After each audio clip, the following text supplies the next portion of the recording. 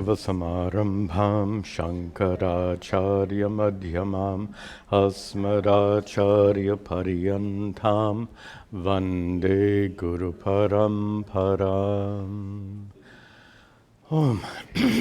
Be seated, please.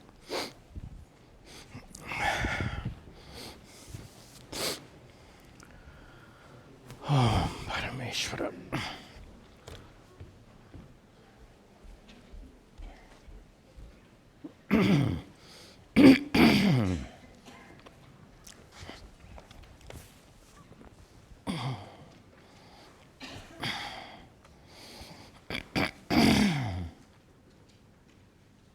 Very good. Om Sarve Bhavantu Sukhina. Sorry. Om Sahana Vavatu Sahanau Bhunaktu Sahaviryan Karavavahai Tejasvinavadhitamastu ma Vitvisha Vahai. Om Shanti Shanti Shanti.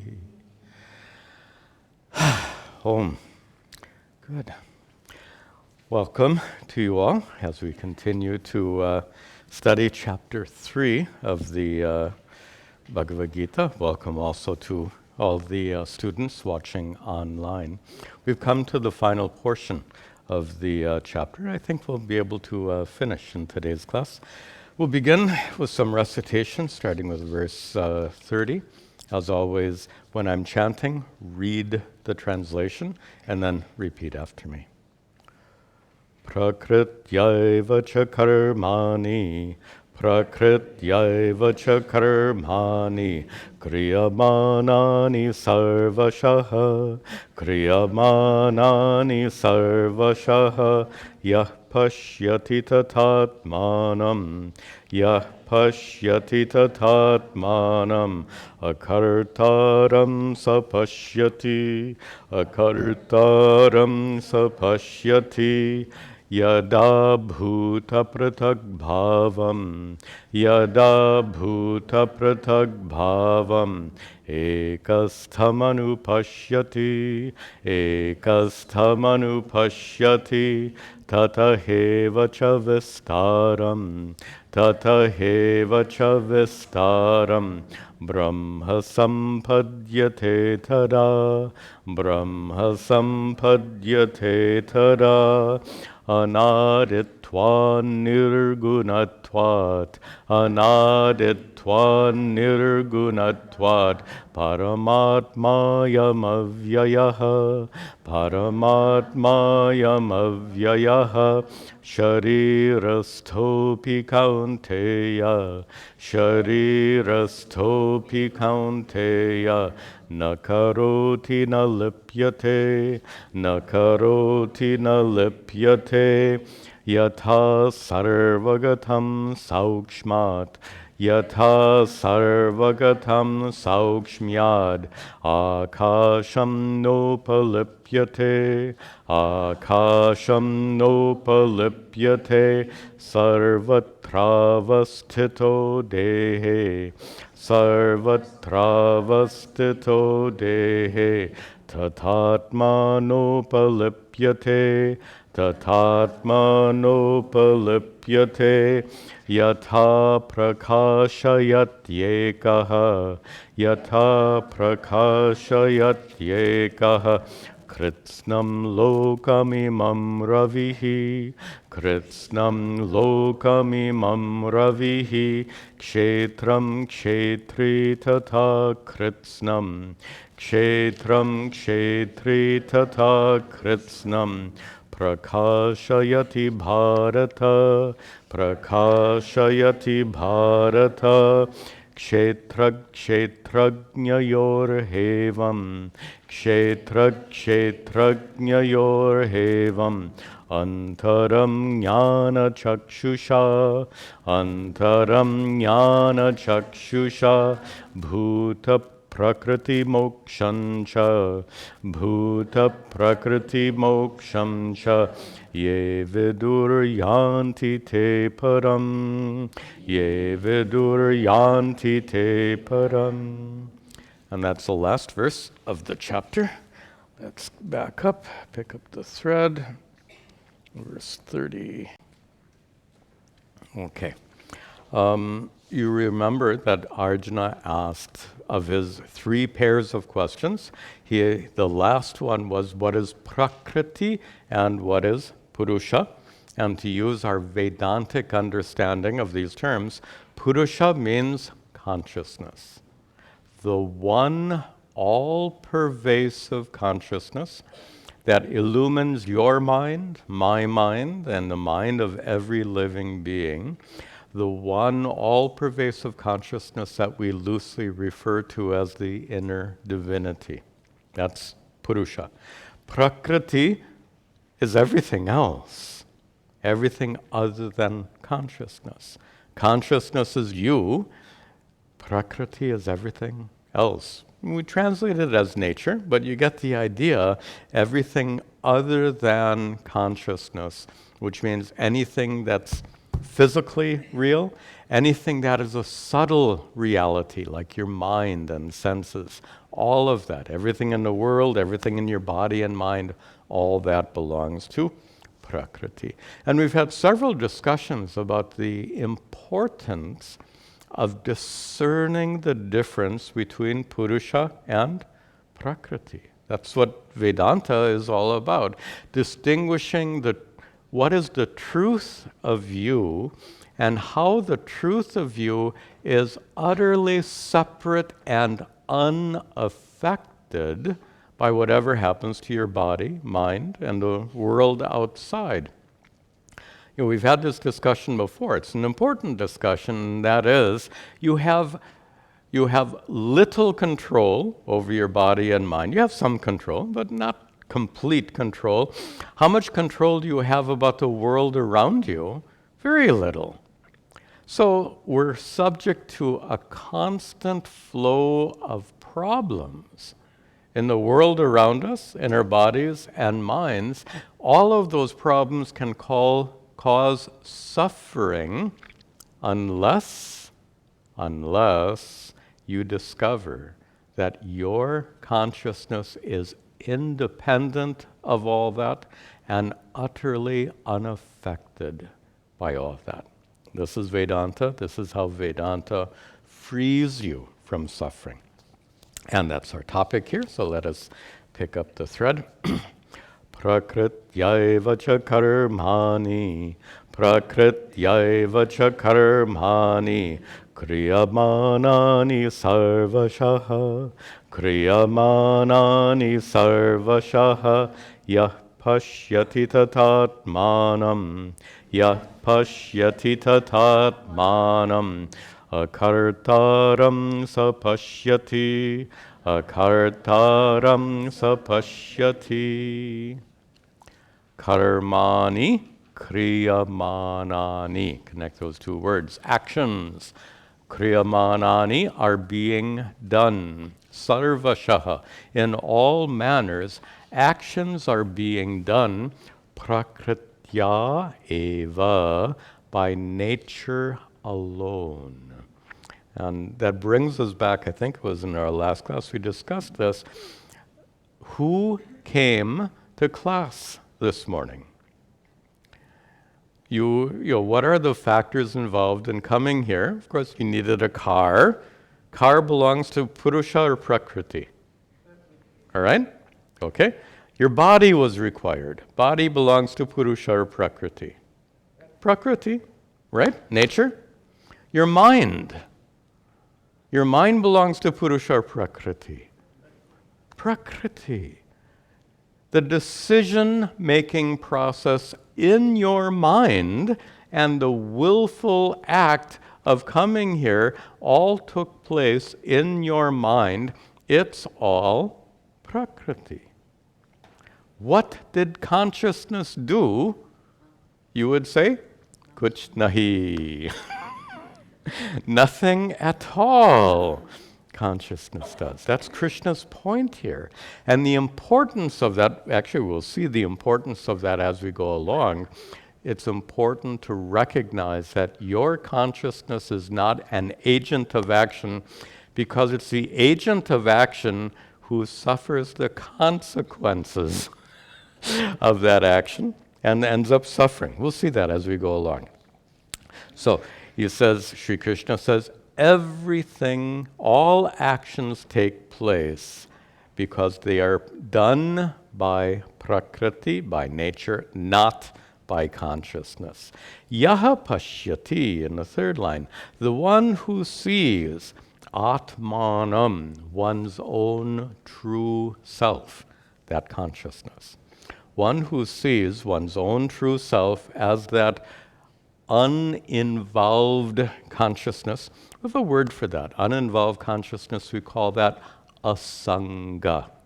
The one who is not engaged, the one who is detached. Your consciousness is asanga. It's not engaged in actions. It's not involved in those actions. So, yaha pashyati atmanam, one who understands Atma in this way, literally one who sees Atma, tata, in this way, that one who sees Atma in what way? Akartaram. Kartaram is agent of action, doer. Akartaram. One who sees Atma as not being an agent of action, saha pashyati, he sees correctly. One who understands one's true nature as consciousness to be asangaha, uninvolved in activities, saha pashyati, that person sees correctly, that person understands correctly. Now, before we see the next verse, let me introduce it. We've got a problem here. And I don't know if any of you have thought about the problem. If we're talking about kshetra and kshetrajnam, field of experience, and the knower of the field of experience, here we're talking about purusha and prakriti, consciousness and nature, everything that's not consciousness. So, I'm sure the thought has occurred to some of you, I thought this was Advaita Vedanta. Advaita means not two. Here we got pairs. So how to reconcile this teaching with Advaita Vedanta, with the vision of the ancient rishis? Just to finish my introduction. The rishis intuited, sarvam kalvidam brahma. There is nothing but Brahman. There is only one reality, not two. But here we have a division of consciousness and nature, Purusha and Prakriti. And before we get in, before we see the resolution, let me make an important point here, and that is, any teaching has to be at a level you can comprehend. Suppose the rishis only taught there is only non-dual Brahman. Suppose none of this were taught. Suppose they only taught at that highest level from the perspective of absolute reality. The only person who could understand those rishis would be one who's already enlightened. But then how is that of help to those seeking enlightenment? So please understand that every teacher and every teaching is required to come to a level where communication is possible. And right now, communication requires us to distinguish between Purusha and Prakriti. We make that tentative distinction in the process of teaching, and it later gets dismissed. That's how the teachings of Vedanta work. They work stepwise. It's like if you're crossing a stream, it's so wide you can't jump over the stream in one jump. There are stepping stones to get across the stream. Vedanta works the same way. There are several stepping stones. So think of this duality of Purusha and Prakriti as being a stepping stone, but then eventually you leave all the stepping stones behind. Eventually we leave this duality behind. Anyway, that's to introduce the next verse where Sri Krishna resolves this duality.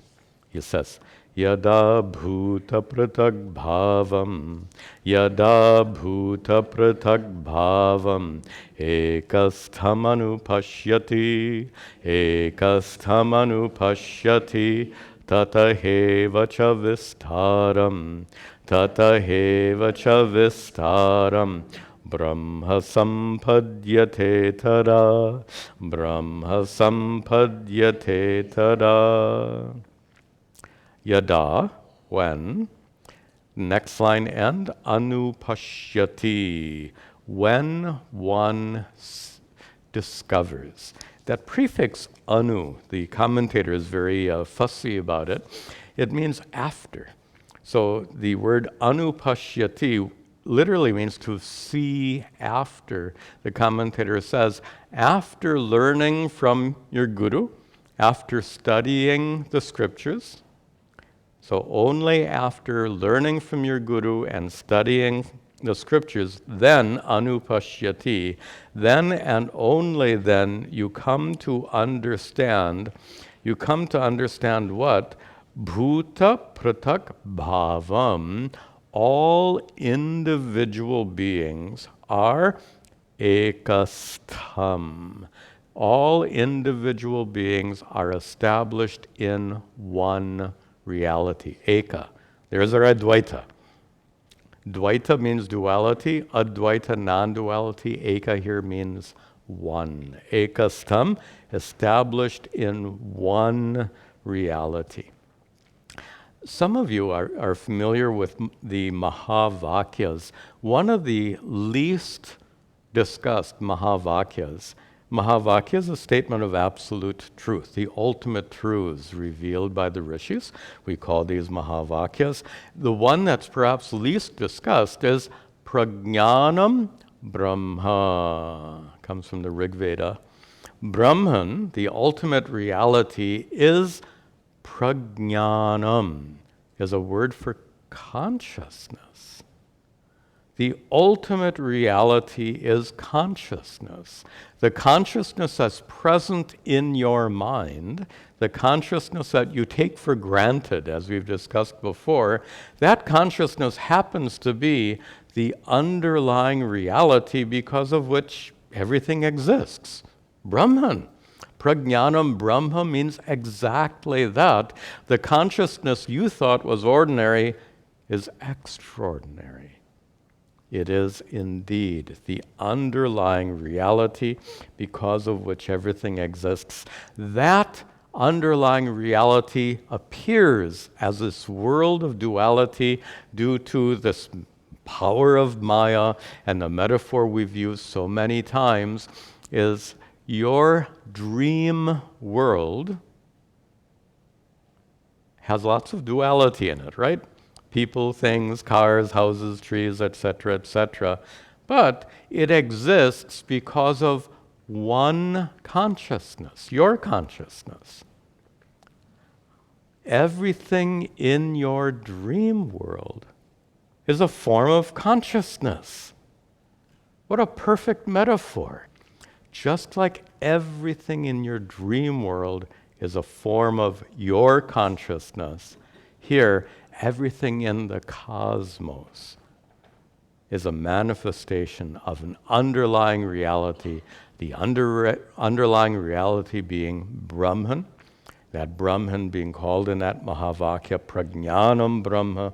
Brahman is that all-pervasive consciousness, which is the underlying reality because of which everything exists. And this is how duality gets resolved. In your dream, from one perspective, there are dream houses and cars and people, there's duality. But from the perspective of truth, everything in your dream is nothing but a form of consciousness. In your dream world, in your dream, there are really no trees. There are no trees inside your head, no cars, no houses, etc. All that's there is consciousness. There is only consciousness in your dream. In the same way, in this universe, there is only the underlying reality we call Brahman, Prajnanam Brahma, and that Brahman is consciousness. So, yada anupashyati, when this truth is understood with the help of the Shastra, the teachings, and with the help of the Guru, who helps you understand those teachings, when what truth is understood, bhuta pratak bhavam, all individual beings, ekastam, they exist because of one underlying reality. Also, one who understands tataha eva cha vistaram, the one who understands tataha, that from which vistaram, this vast array of duality came forth. Vistaram means a vast expanse.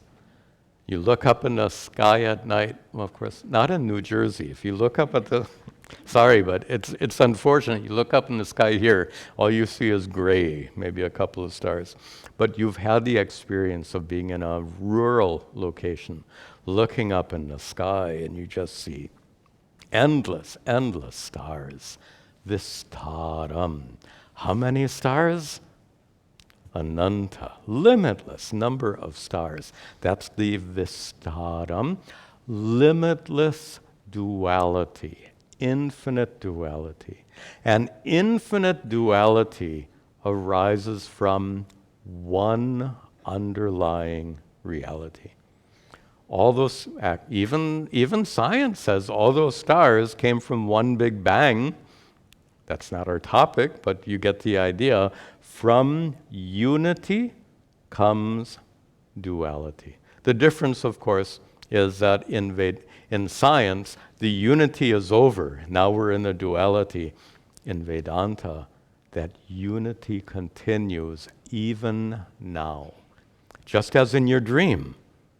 In spite of the presence of so many things in your dream, there is but one consciousness. So, yada anupashyati. When this is understood, last line, tada, then Brahma sampadyate. Then Brahman is recognized. Brahman is reached in a figurative speaking. One comes to understand the underlying reality, the non-dual underlying reality because of which this world of duality appears. One more time. There is one non-dual underlying reality because of which the world of duality appears, just like your dream. One underlying consciousness because of which all the duality in your dream exists in the same way. One non-dual Brahman out of which everything, because of which everything appears. Okay, we'll continue.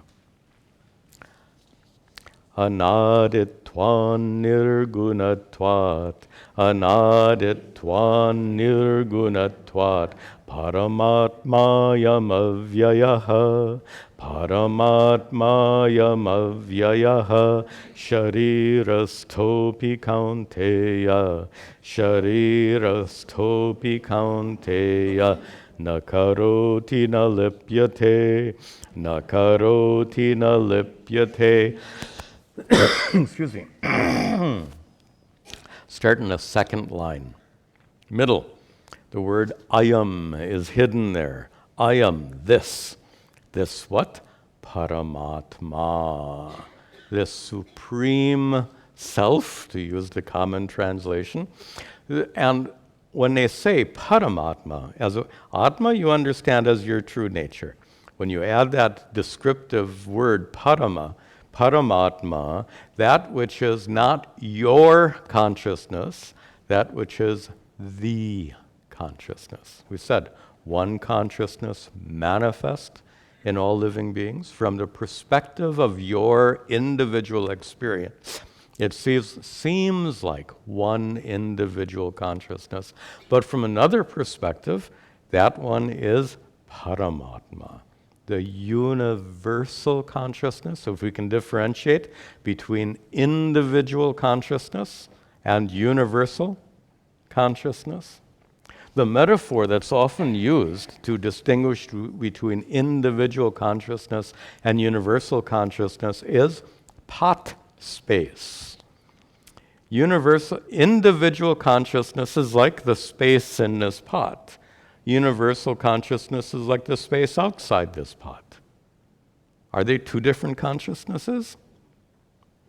One space that seems to be individual due to the pot, but that one space which is truly all-pervasive. So that's how we understand individual consciousness is like pot space. Okay. Where am I? There I am. Paramatma, I am Paramatma, this universal consciousness, which is avyayaha, unchanging, undecaying, immutable. Why is that so? First line, anaditvat. Because it is beginningless, nirgunatvat, and because it has no attributes. It is beginningless and attribute-free. By the way, beginning is an attribute. That which has a beginning, a middle, and end, those are attributes. Sri Krishna here describes that Paramatma as nirguna, beyond the qualities, gunas, beyond sattva, rajas, tamas, which define worldly existence. So this is an expression of a transcendent reality, a reality that's beyond the world, beyond worldly existence. And beyond worldly existence suggests Ishvara, that divinity. Here we're back to talking about the inner divinity. That Paramatma, the consciousness within you, which is actually the all-pervasive universal consciousness, that universal consciousness is anadi, beginningless. It is nirguna, transcendent. It is divine. This is the inner divinity, that consciousness. And that consciousness, in the third line, is sharirasthaha. It is established in this body, sharira, kaunteya, O Arjuna, api, even though that api is a key word here to this verse. The of api went away due to grammar rules. Api, even though this universal consciousness is sharirasthaha, abiding in this body, even then, that consciousness, that universal consciousness, last line, nakaroti, it doesn't do anything. Back to our opening discussion, it is not engaged in activities, na lipyate, nor is it affected by anything. This is our opening discussion. Your consciousness is transcendent, it is otherworldly, it is beyond the world, and therefore it is asanga, it is detached, it is not engaged in worldly activities. Sri Krishna says here, na karoti, it doesn't do anything. It is not an agent of action, not engaged in activities, na lipyate, nor is it affected by anything that happens in the world, anything that happens in your body and mind. We've said all that before, but now Sri Krishna is going to expand upon this. In fact, those two statements, nalipyate, consciousness, your consciousness is not affected, na karoti, your consciousness is not engaged in action. These two teachings are going to be explained in the next two verses. And what Sri Krishna, this is really a lovely part of the text, because what he does is he gives a metaphor, a drishtanta. a metaphor to describe each of these two teachings. So first he explains na lipyate, consciousness is not affected, in the next verse. And then in the metaphor of the following verse, he explains na karoti, Atma is not engaged in action. Let's see that.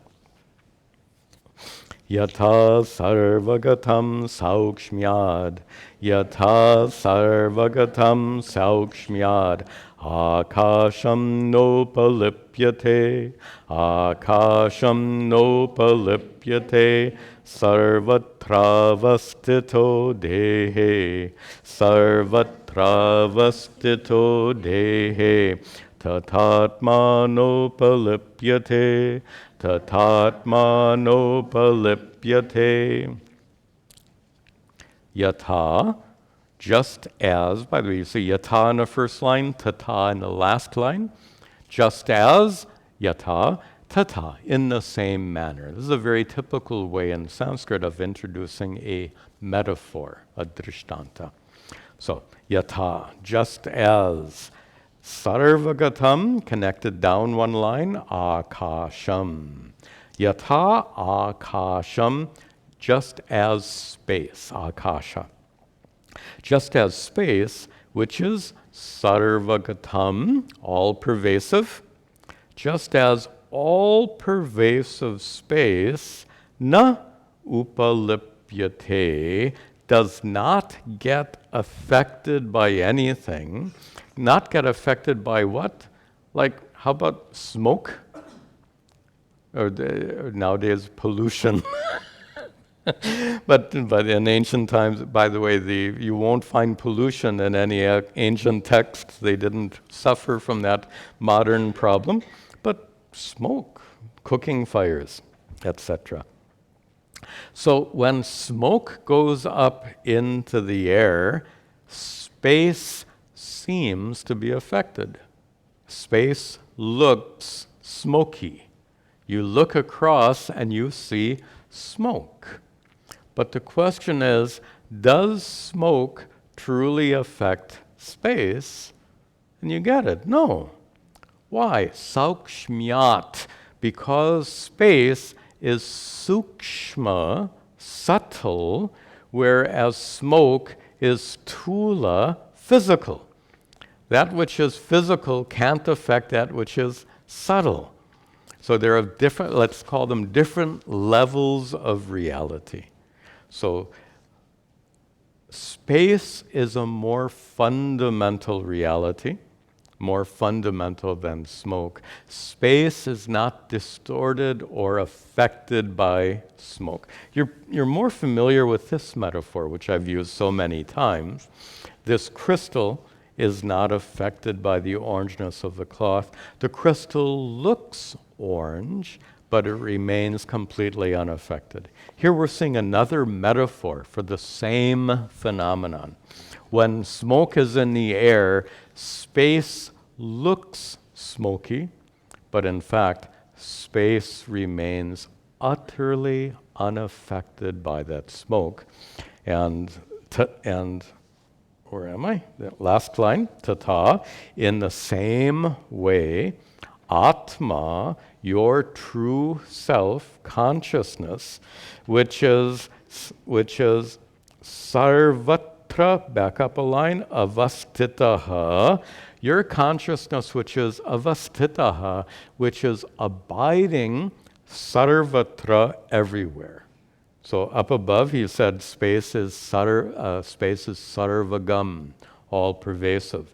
Here he says sarvatra avastitaha. They both mean the same thing, all pervasive. Space has no boundaries, no edge, no limit. Your consciousness has no boundary, edge, limit. It seems like it does. It seems like it's stuck inside, but that's due to your perspective. Just like space seems to be stuck inside this pot, it's a matter of perspective. Space is not stuck inside this pot. Consciousness is not stuck inside your head. So that consciousness, Atma, which is sarvatra avastitaha, which is all pervasive. All pervasive means it's also dehe, it's also in this body. Consciousness pervades the world, but is manifest in your body and mind. One all-pervasive consciousness pervading the universe, pervading your body, pervading your mind, manifest, reflected by your mind. Your mind has a special capacity to make consciousness manifest, to reflect consciousness. But the point of this verse is that all-pervasive consciousness manifest in your mind and body, na upalipyate, the last word, is not affected. Just like smoke doesn't affect space, in the same way, thoughts don't affect consciousness. That's simple. Just like smoke can't affect space, thoughts can't affect consciousness. Anxiety can't affect consciousness. Sadness can't affect consciousness. Anger can't affect sadness.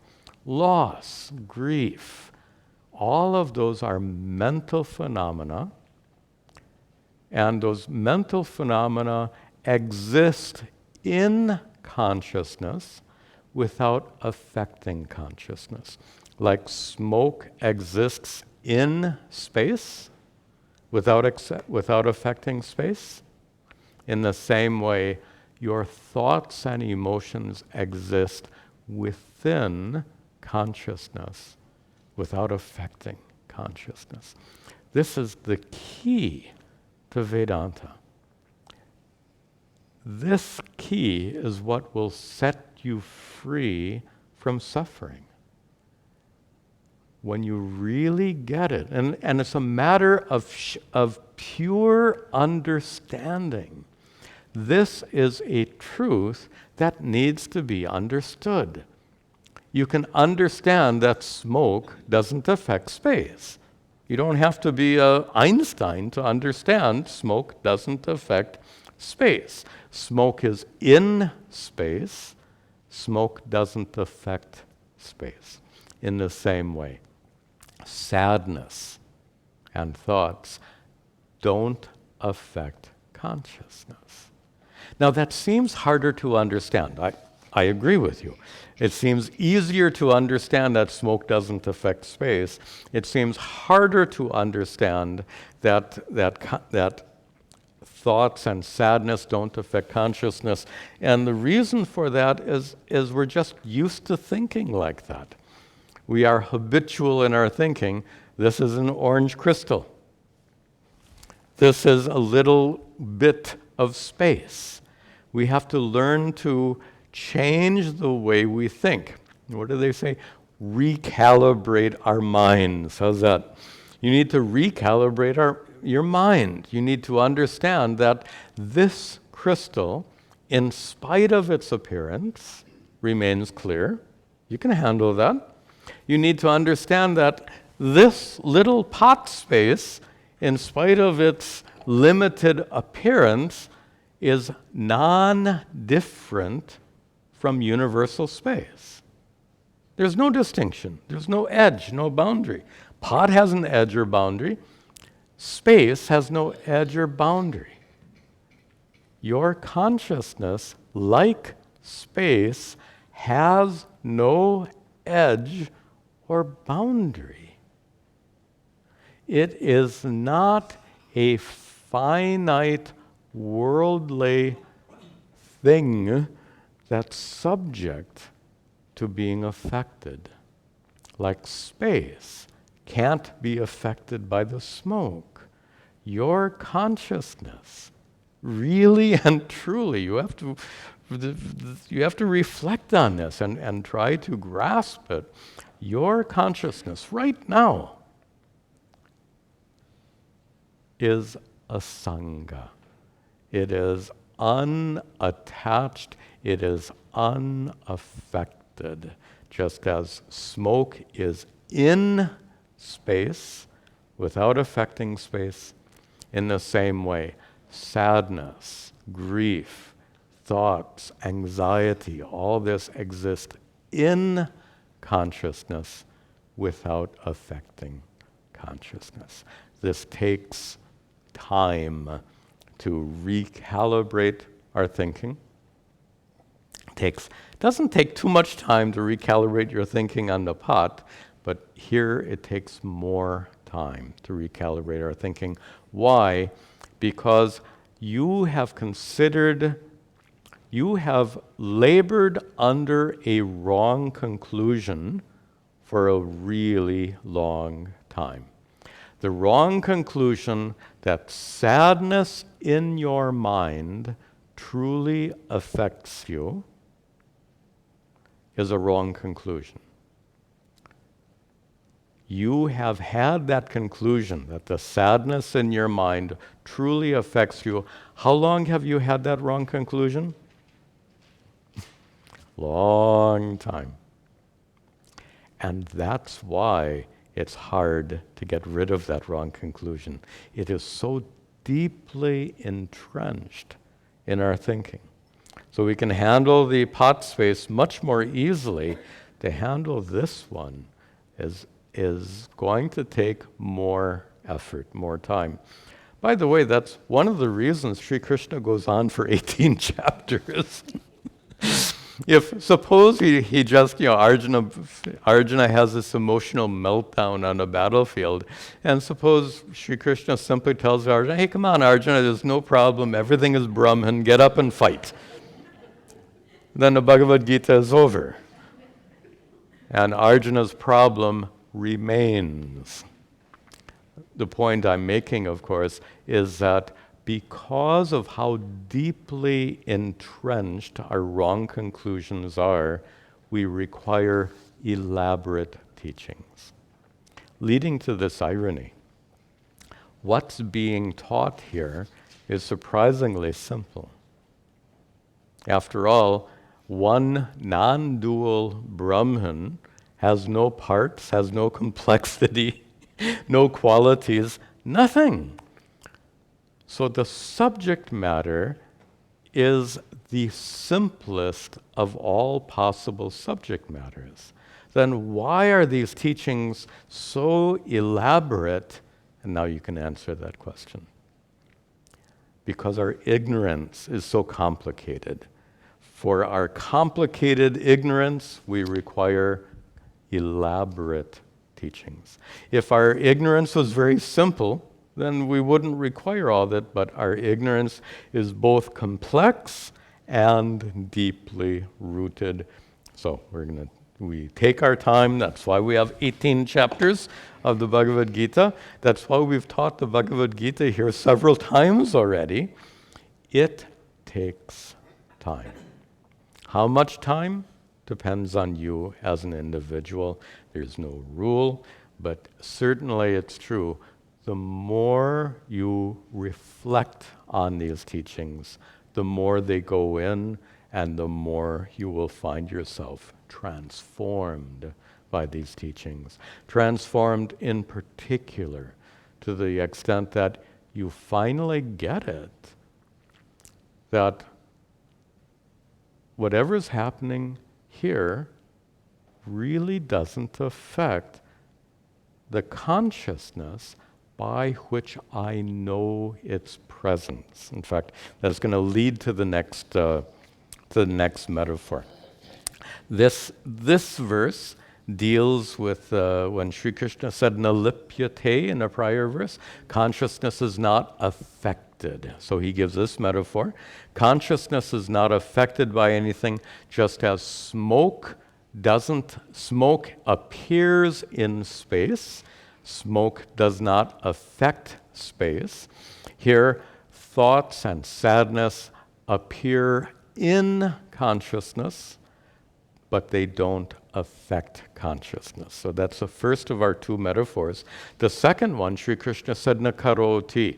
Atma doesn't do anything. Atma is not engaged in action. Atma is not an agent of action. And we see that metaphor in the next verse.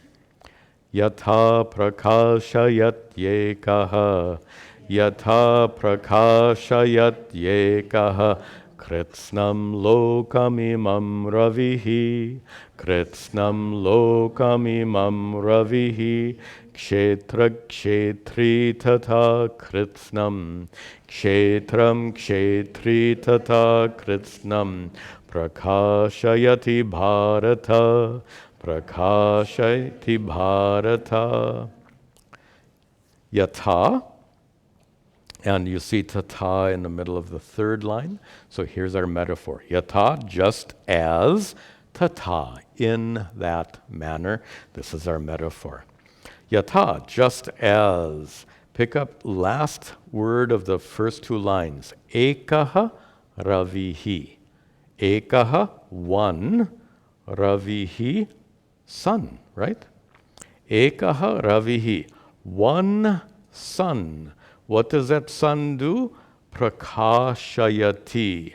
It illumines. It, for our grammar students, that's a causal verb. It causes to shine, and I'll explain that in a moment.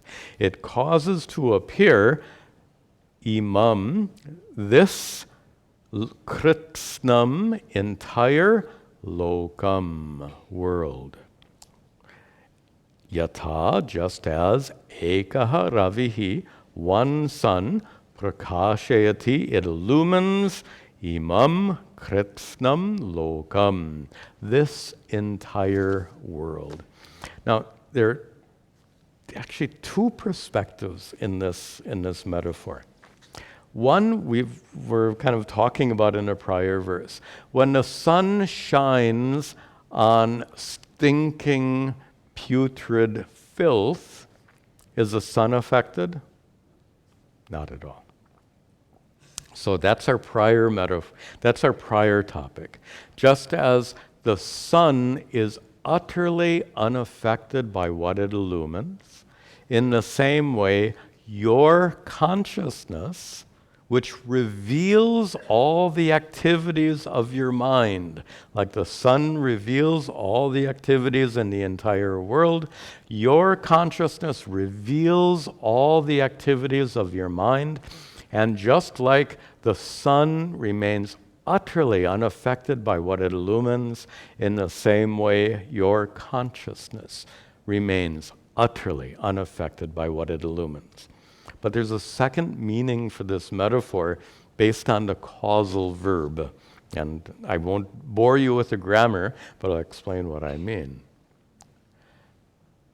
In the absence of the sun, worldly activity, not in modern times, in ancient times, in the absence of the sun, activities came to a stop, right? In ancient times, you required the sun. You can't work and walk around outside in the absence of the sun. The point here is the sun shining enabled people to work and act in the world. The shining sun empowers people to be engaged in activity. So when the sun, what is the American metaphor? When the sun shines, what are you supposed to do? Make hay. If we lived 100 years ago or 200 years ago, that would make a lot more sense. The sun dries out the grass, so you can cut it and make hay when the sun is shining. Here, but the point is, you can't cut the hay when the sun is not shining.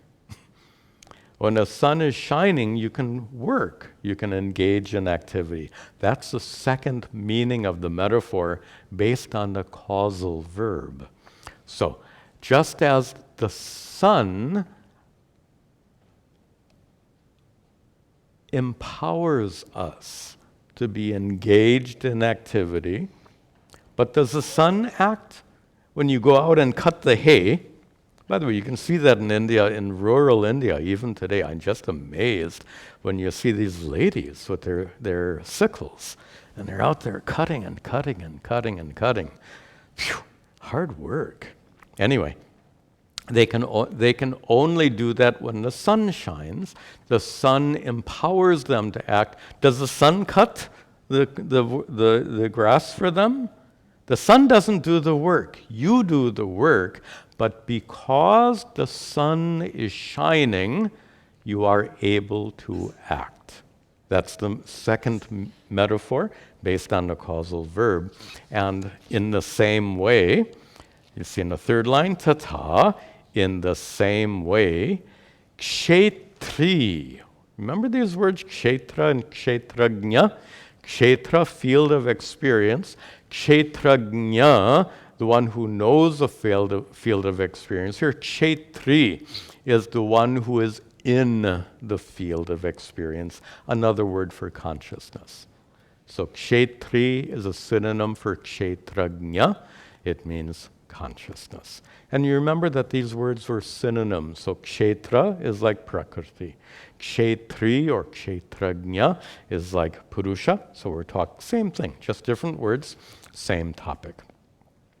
So tata, in the same way, kshetri, consciousness. What does consciousness do? Prakashayati is our same causal verb. It illumines. Kritsnam kshetram, the entire field of experience, Bharata or Arjuna, just as, I'll give you the whole verse now, just as, and this is the second meaning, so just as the sun empowers us to act without itself being engaged in action, in the same way, your consciousness empowers your body and mind to act, but without itself being engaged in action. Consciousness is not itself engaged in action. I'll give that, it's a little complex. I'll give it to you one more time. Just as the sun empowers you to be engaged in action, but the sun itself is not engaged in action. In the same way, your consciousness empowers your body and mind to act, but your consciousness itself is not engaged in those actions. Sri Krishna says, nakaroti, doesn't do anything. And the reason he is stressing that is it's not very intuitive. When we've talked several times about the fact that you didn't come to class. You, as pure consciousness, didn't come to class. When I put it in those terms, it seems so counterintuitive. And it seems so counterintuitive because we are so identified with our bodies and minds. Which is why most of this chapter is dedicated to discerning the difference between your true nature as consciousness being utterly separate and independent of your body and mind. This is central to the teachings of Vedanta. We call it Atma, Anatma, Viveka. Viveka, discernment between what is Atma, true self, and what is Anatma, that which is not the true self. This is crucial to the teachings of Vedanta. Sri Krishna elaborates on it because this identification, this wrong thinking, as we said before, is so deeply embedded in our minds. It's a little hard to root out. So we have to get the roots. You know, if you have a garden and you don't get the roots of the weed, then that weed grows back. Here we have to get the roots. The root of the problem is the ignorance which prevents you from recognizing your own true nature as consciousness, which is asanga, independent, detached, utterly unaffected by whatever happens to your body and mind. And that leads us to the last verse of the chapter. Kshetrajnyayor hevam antaram jnana chakshusha bhuta prakriti mokshancha ye viduryanti te param. Ye viduryanti te param. Start at the end. Ye viduhu. Those who understand. Those who understand what? We have to jump around a lot. Those who understand what? Second line. Antaram. The difference. Those who understand the difference between what and what? First line. Kshetra, kshetrajnayoho.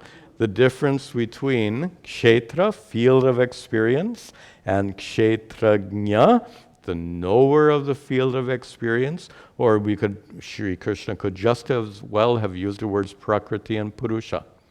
One who understands the difference between kshetra and kshetrajna, one who understands the difference between prakriti, nature, and purusha, consciousness. So ye viruhu, those who understand, antaram, the difference between consciousness and, let me go back to the other, atma and anatma, true self and everything else. Those who discern their true natures, evam, end of the first line, thus, properly. Those who properly discern the difference between consciousness and nature, those who properly discern the difference between their true self and everything else. How do they do that? Second line, jnana chakshusha, with the eye of wisdom. Beautiful expression. Those who understand with the eyes of wisdom, and they also understand bhuta prakriti moksham. They also understand moksham, their independence, their freedom from bhuta prakriti, this existent world of nature. Those who understand their independence. Consciousness, your consciousness is utterly independent of your body, your mind, and the world around you. Ye viduhu, those who understand this, jnana chakshusha, with eyes of wisdom. What about them? Te yanti, they reach param.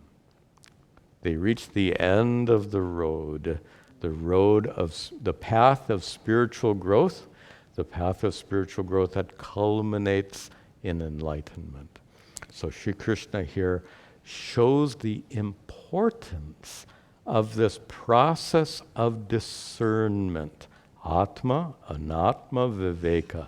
Discernment between your true nature as pure consciousness, discerning that your consciousness is utterly independent of the body, mind, and world, and your consciousness is utterly unaffected by body, mind, and world. That brings us to the end of the chapter. At the end of each chapter, we've been reciting the English, and we will do that now. And this English, you'll remember, is an abbreviated form of the Sanskrit. It's also translated in such a way where it follows the meter of the original so that we can chant it together. So we'll start for the first verse. You can listen and repeat, and then we'll recite together. Listen and repeat. This is chapter 13 in English. Arjuna said, I want to understand these all. I want to understand these all. What is nature and consciousness? What is nature and consciousness? What is the field? Who knows of it? What is the field? Who knows of it? What is knowledge? How is it known? What is knowledge? How is it known? Remember the three pairs of questions? Nature and consciousness, Prakriti and Purusha. Field and the knower of the field, Kshetra and Kshetrajna. What is knowledge? How is it known? Jnayam and Jnanam. So this is the introduction to the whole chapter. We'll chant together now. Join me, please. The Blessed Lord said, Arjuna, recognize the field as the body has all that's known. One who perceives the field is called the knower, witness, consciousness.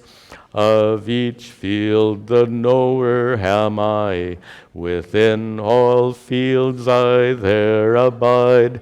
About the knower and the field, hear briefly what I have to say.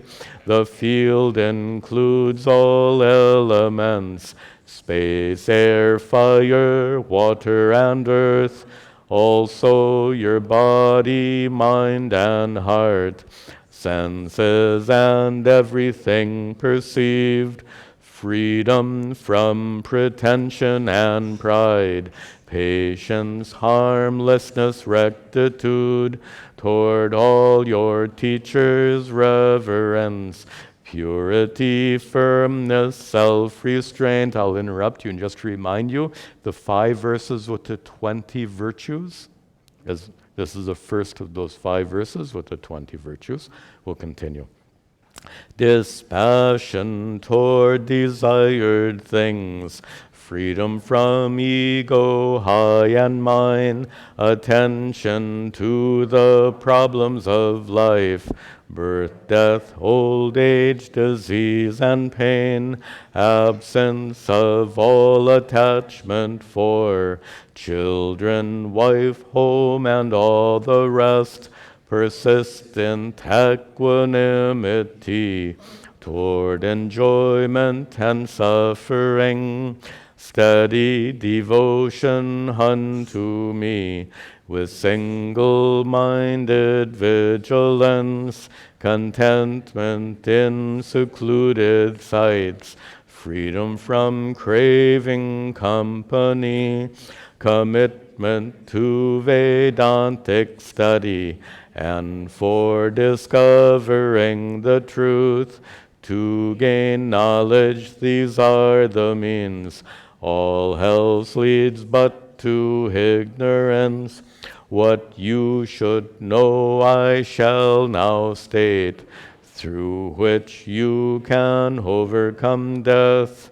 Brahman, eternal and supreme, beyond being and nothingness, outside and inside of all things, sentient and insentient, much too subtle to be conceived, so remote yet abiding here, undivided yet in all things, as though divided, thus it seems, sustainer of all that exists, creator and destroyer too.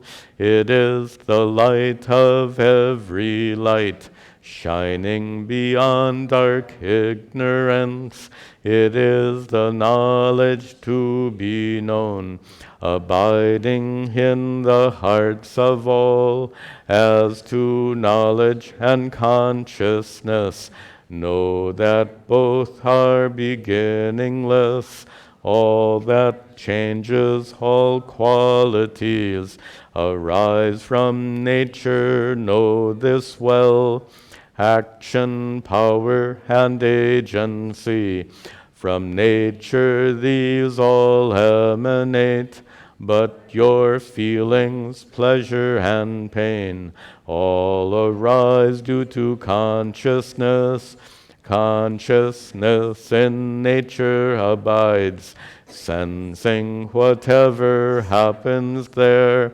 This the witness perceiving all is the embodied self supreme.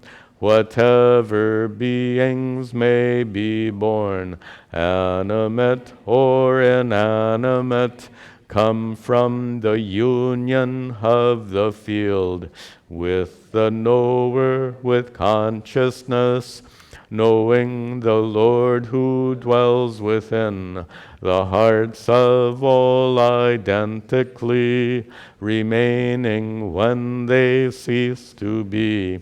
Those who see this, they truly see all actions done in every way take place due to nature alone.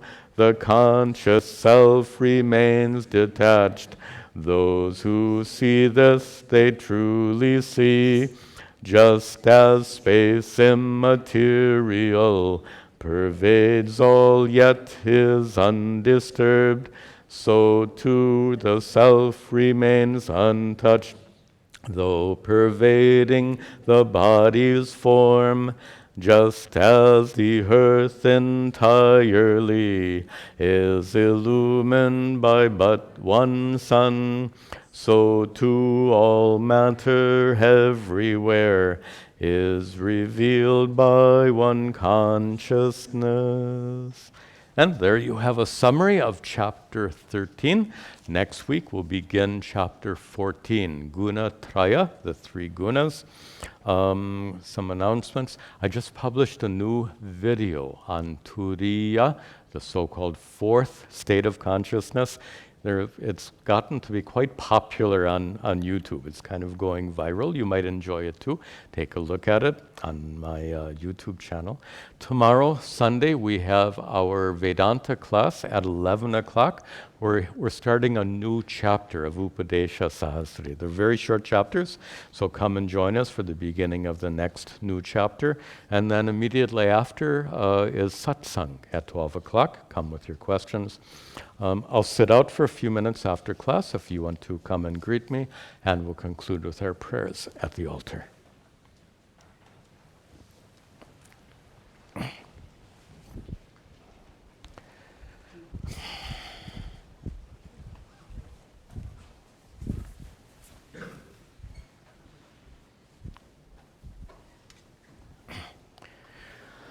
Om Gananahan Tva Ganapatigam Avamahe Kaving Gavinam Upamashravastamam Jeshtarajam Brahmanam Brahmanaspataha Nashrinvan Uttabesira Saranam. Om Mahaganapataye Namaha. Ishvaro Gururhatmeti Murti Bheda Vibhagine Vyomavad Vyapta Dehaya Dakshina Murtaye Namaha. Vasudeva Sutam Devam Kamsachanuramardanam Devaki Paramanandam Krishnam Vande Jagadguru. Om Sarve Bhavantu Sukhinaha Sarve Santu Niramayaha Sarve Bhadrani Pashyantu Ma Kaschid Dukkha Bhag Bhavet. Asato Ma Sadgamaya Tamaso Ma Jyotirgamaya Mrityor Mahamritangamaya. Om Shanti Shanti Shanti. Om Tat Sat.